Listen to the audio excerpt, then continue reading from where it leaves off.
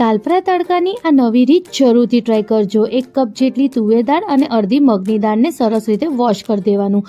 હવે એમાં 2 ચમચી જેટલું બટર, 1 કાંદો સમારેલું, 1-2 ટામેટા સમારેલા, તમાલપત્ર, મોટી એલાયચી, લવિંગ અને કાળા મરી એડ કરીને અને 3 વાટકી જેટલું પાણી એડ કરવાનું। હળદર અને મીઠું પણ એડ કરવાનું અને એને 2 વિસલ સુધી આપણે એને બાફી લેવાનું।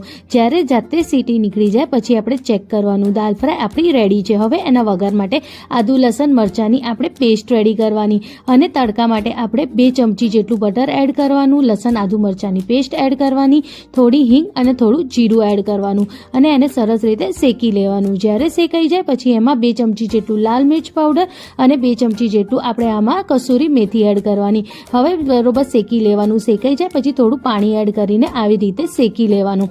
હવે એને દાળની ઉપર આપણે આવી રીતે નાખી દેવાનું અને ઢાંકી દેવાનું। રેડી છે દાલ ફ્રાય તડકા। આ રેસીપી જરૂર